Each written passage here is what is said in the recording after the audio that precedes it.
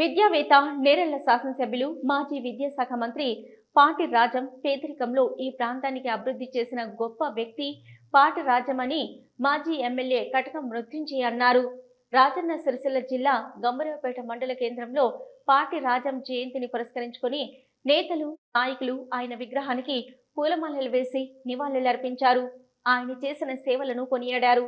ఈ సందర్భంగా మాజీ ఎమ్మెల్యే కటకం మృత్యుంజయ మాట్లాడుతూ పాటి రాజం గంభీరావుపేట మండల కేంద్రంలో సామాన్య కుటుంబంలో పుట్టి ఉన్నత చదువులు చదివి నేరెళ్ల శాసనసభ్యులుగా గెలుపొంది విద్యాశాఖ మంత్రిగా పదవులు చేపట్టి ప్రజలకు అనేక సేవలతో పాటు ఈ ప్రాంత అభివృద్ధికి పాటుపడిన వ్యక్తి పాటి రాజం అని కొనియాడారు. ఈ కార్యక్రమానికి కాంగ్రెస్ నేతలు, వివిధ పార్టీల నాయకులు, మాల మహానాడు నాయకులు, వారి కుటుంబ సభ్యులు తదితరులు పాల్గొన్నారు.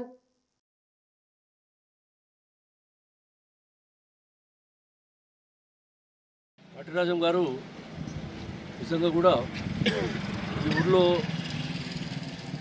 ఆయన ఒక ఎమ్మెల్యేగా ఉండి ఎమ్మెల్యేగా పోవడం మాత్రమే కాదు, ఆ తర్వాత రాష్ట్ర ప్రభుత్వం లోపల అనేక శాఖలను నిర్వహించి ఈ ఊరికి మరీ ముఖ్యంగా మన సిరిసిల్ల, అప్పటి నేరల్ నియోజకవర్గమే కావచ్చు లేదా సిరిసిల్ల కావచ్చు, అప్పటికి చాలా వెన్నుదన్నుగా ఉన్నటువంటి ఒక గొప్ప వ్యక్తి.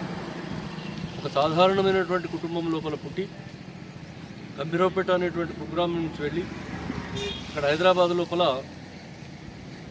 ఒక ఉద్యోగిగా పనిచేస్తూ అప్పుడు తనకు వచ్చినటువంటి అవకాశంతో 78 లోపల ఎమ్మెల్యేగా ఎన్నిక కావడం జరిగింది.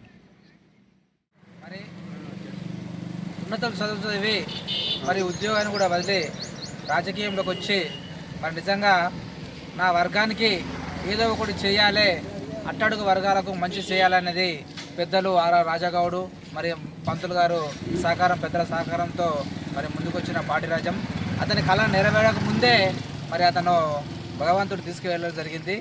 ఏది ఏమైనా అతను చేసిన కొన్ని సేవలను కానీ అతని కళలు కానీ మనం నెరవేర్చాల్సిన అవసరము, అతని అడుగుజాడల్లో కూడా మరి మనందరం కూడా ఆయన ఆశయాలను నిర్వర్తించాలని తెలియజేస్తూ మరి ప్రతి ఒక్కరూ కూడా ఐక్యతగా ఉండి ముందుకెళ్లాలని మరి పాటి రాజం ఆశయాలను కొనసాగించాలని మరి ఇక్కడ పంతులు గారు ఉన్నారు, అతని సహకారం. అదే రకంగా ఇక్కడ అధికారులు ప్రతి ఒక్కరు వచ్చి ప్రోటోకాల్ ప్రకారము ఈ యొక్క విగ్రహానికి జయంతులు, వర్ధంతులు మరి పరిశుభ్రంగా కూడా ఉంచేటట్టు చర్యలు తీసుకోవాలి.